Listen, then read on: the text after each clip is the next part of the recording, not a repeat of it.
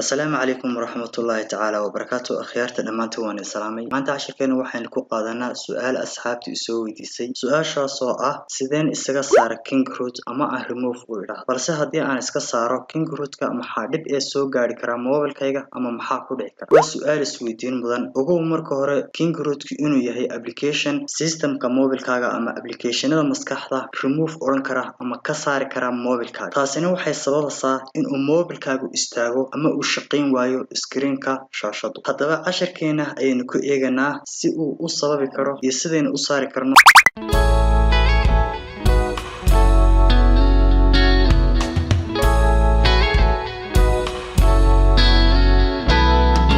marka hore waxaad soo furtaa king root markaad king root soo furto si aad isaga saarto waxaad tagaysaa saddexda yar option-ka kadib general ayaad ka dooranaysaa kadib halkan ugu hooseysa waxa ka muuqata uninstall king root haddaba ogeysiis ayuu ku siinayaa wuxuu ku leeyahay after uninstall king root haddii aad iska saarto king root-ka waxaad waayi doontaa access root-ki iyo weliba shaqooyinkii uu qaban jiray oo dhan ayaa noqonaya qaar invalid iyo weliba marka aad soo degsanaysa ee labaad inuu su'aalo badan weydiiyo uu hore kugu soo digo laakiin ma aha kuma laha halkan haddii aad iska saarto dhibtaas ayaa kugu dhacaysa ee waxa kaliya uu ku siinayaa inuu yahay application si fiican u shaqeynaya oo dib u geysan karin mobilkaaga su'aasha labaad ee ah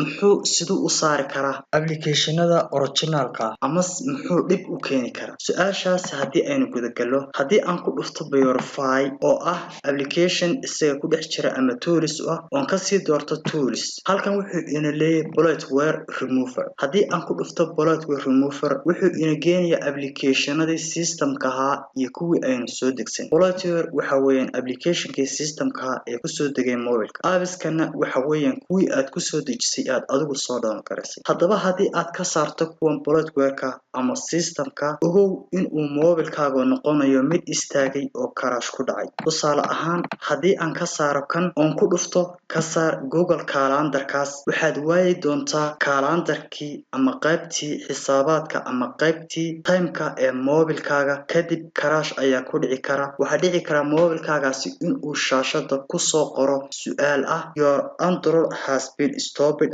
su'aalo caynkaas ah kadibna kaaga qaadmi waaya ama mobilkaaga screen-ku oo dhaqaaqi waayo ogow in aanad uninstall oran ama aanad halkan gelin dhammaan application-ka halka yaala waa application-ka systemka ahaa ama kuwii maskaxda haddii aad halkan qaar kamid ka saarto ogow in uu mobilkaagu istaagay laakiin kuwa aad soo degsatay aad soo download gareysatay adigu waad saari kartaa wax dhibana kuma geysan karo tusaale ahaan mid ayaan ku tijaabinay waxaan ku tijaabinay application-ka haya haddii aan uninstall baan idhi imaka wax dhiba iima geysan karo mobilkaygana wax dhiba uma soo dhacaya balse haddii aan ka saaro kuwan bloatware-ka ama systemka ah oo aan ku dhufto ka imaka dial-ka waa kii aan wax ka garaacayay ama aan call-ka ka dirayay dhib ayaa ka imanaysa mobilkayga markaas